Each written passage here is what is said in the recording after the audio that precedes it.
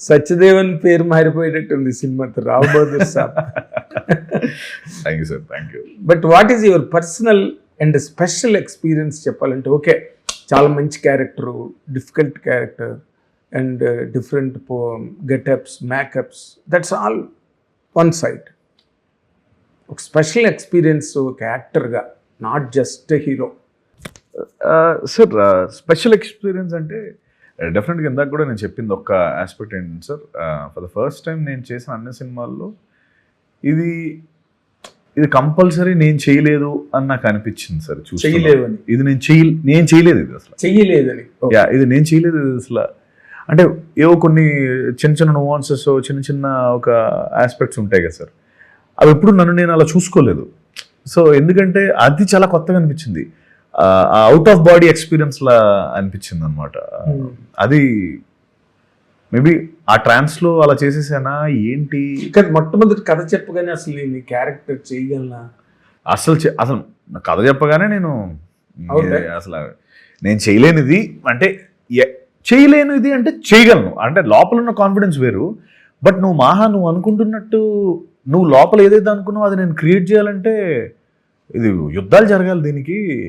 అంటే మనిషి చాలా ట్రాన్స్ఫార్మ్ అయిపోవాలి, మెంటలీ చాలా ట్రాన్స్ఫార్మ్ అయిపోవాలి. చాలా అసలు ఫస్ట్ నువ్వు ఎలా రాసావు గురు ఈ కథ అంటే చాలామంది, నేను మాహా చెప్పిన కొంతమంది పెద్ద పెద్ద బిగ్ షాట్స్ ప్రొడ్యూసర్స్ మన దాంట్లో తెలుసు, వాళ్ళందరితో నేను అప్పుడప్పుడు మాట్లాడినప్పుడు ఫస్ట్ ఆఫ్ ఆల్ ఆ కథ ఆ మనిషి ఎలా రాశాడో నాకు ఇప్పటికీ అర్థం కాదు. అంటే ఆ ఏజ్కి ఎంతో చూసేసి, ఎన్నో దెబ్బలు తినేసి, లేకపోతే మైండ్ అంత ఉంటే కానీ రాయలేరు ఎవరు ఆ కథని. అంత అంటే mind should be so matured enough ఆ ఏజ్లో అది రాసాడు అతను. ఎలా రాశాడో తెలియదు అన్న ఎవరైనా కథ విన్నప్పుడు ఎలా రాసావు ఈ కథ అని అడగకపోతే నేను ఇప్పుడు అడగలేని చూడలేదు. అడగని వారు లేరు సార్. దట్స్ ఎగ్జాక్ట్లీ ఆ కథ తాలూకా ఇది. నేను కూడా అంతే. ఫస్ట్ అసలు నువ్వు ఎలా రాసావు ప్రతి లైన్ కూడా సార్ అందులో రిచ్నెస్ ఉంటుంది. ప్రతి లైన్కి దానికి సెటప్ ఉంటుంది, పే ఆఫ్ ఉంటుంది. సెటప్ ఉంటుంది, ఒక చిన్నది ఏదో ఒక సినిమాలో ఉండే ఒక బేసిక్ మినిమం స్టఫ్కి కూడా ఒక రీజన్ ఉంటుంది. అలా అంటే మరీ అంటే ఒకటే, that is the love towards the craft, the love towards audience. Rao Bahadur అనేది నేను ఇందాక కూడా చెప్పాను, మా సైడ్ నుంచి ఆడియన్స్ మేము ఇస్తున్న ఒక ప్రేమలేఖ. 5 ఏళ్ళ పాటు ఒక సినిమాని మోసుకుంటూ నేను ఈ సినిమానే తీస్తే అనుకున్న ఒక దర్శకుడు, మార్నింగ్ 3 గంటలకు లేచి 5 గంటలు మేకప్ వేసుకొని 12 గంటలు పనిచేసి 80 రోజులు అలా పనిచేసిన ఒక నటుడు. ఎందుకు ఇంత చేయాలనుకుంటున్నామంటే మీ మీద ఉన్న ప్రేమ. ఆ ప్రేమను మేము ఒక వస్తు రూపంలోనో ఒక దృశ్య రూపంలో చూపించాలంటే రావు బహదూర్. అంతే కదా సార్.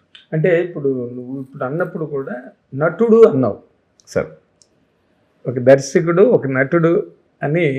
అంటే you think that you did not attain the status of a hero అన్న ఫీలింగ్ నీకా ఇప్పటి వరకు? లేదు సార్, అలా ఏం లేదు. నేను అంటుంది సార్, అన్ని స్ట్రిప్ ఆఫ్ చేస్తే మనం నటులమే కదా సార్. మనకున్న లేయర్లన్నీ లేపేస్తే మనం నటులు కదా. నటులు, యాక్టర్స్, ఫస్ట్ యాక్టర్స్, పెర్ఫార్మర్స్. దాని తర్వాత ఏదైనా. అంటే ఈ సినిమా తర్వాత సార్ నేను ఇందాక అన్నట్టు రావు బహదూర్ సాబ్ అని పేరు వస్తుంది నీకు గ్యారంటీగా. For the effort you have put in sir. ఇది హ్యూమన్స్ టాస్క్ అంటారు చూడు. అవును సార్. అంత హెర్క్యులియన్ టాస్క్. అవును సార్. అది దీని తర్వాత నీకు వచ్చే ఇమేజ్ని గనక నువ్వు ఊహించుకుంటే what kind of an image will it be tomorrow?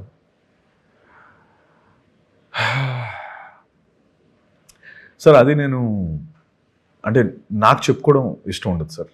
అది మీరు చూసి మీరు చెప్తే నేను చాలా అంటే మీరు అన్నది అర్థం. మేము ఎలాగే చెప్తాం, నేను చెప్తాను. మీరు ఆల్రెడీ నేను కమల్ హాసన్తో పోల్చి నీ డైరెక్టర్ మాట్లాడేది. అవును, రైట్. మేం కాదు మాట్లాడింది సార్. అదే నేను అక్కడికే వస్తున్నాను.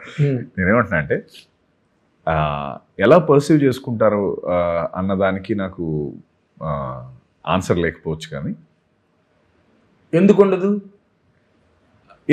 చెప్తాను సార్. అది సార్ నేను కంప్లీట్ చేసేస్తాను, ఆగండి. అంటే ఏమవుతుందో నాకు తెలుసు.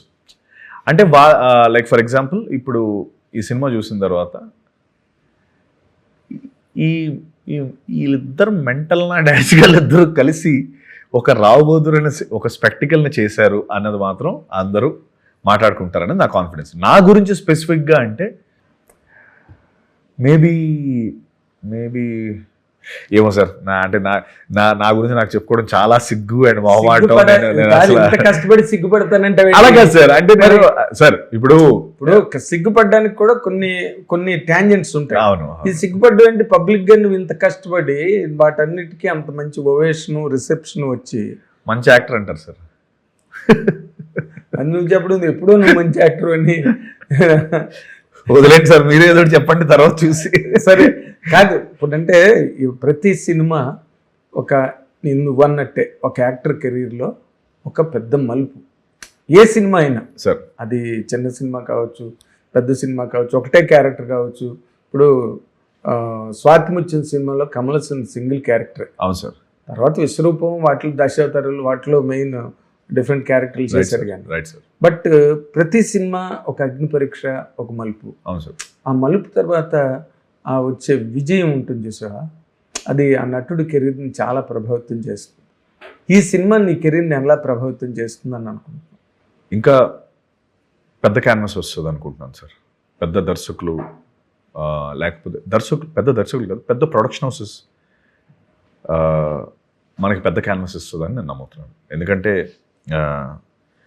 వెళితే ఏంటంటే మనకి ప్రొడక్షన్ హౌసెస్ ఇప్పుడు వచ్చి ఒక పెద్ద ప్రొడక్షన్ హౌస్ ఏం పడలేదు కాబట్టి మేబీ ఎందుకు వాళ్ళ అవసరం అని అంటే సినిమాని ఇంకా ఎక్కువ విస్తరింపజేసి ఎక్కువ మందికి రీచ్ చేసేలా దాంట్లో మన పెద్ద ప్రొడక్షన్ హౌస్ ఎప్పుడు పెద్దపేటే ఉంటుంది కాబట్టి అలాంటి ఒక క్యాన్వాస్ దొరికినప్పుడు ఇంకా బాగుంటుంది. అంటే ఇప్పుడు జేఎంబీ వచ్చింది, అలాగే ఇంకా మిగతా బ్యానర్స్ కూడా వస్తాయి. వచ్చినప్పుడు నాకు మాహా లాంటి వాళ్ళకి ఇంకా అద్భుతంగా కథ అని చెప్పి ఎక్కువ మంది విస్తరింపజేసే కథలు చేయొచ్చు అన్నది మా కాన్ఫిడెన్స్.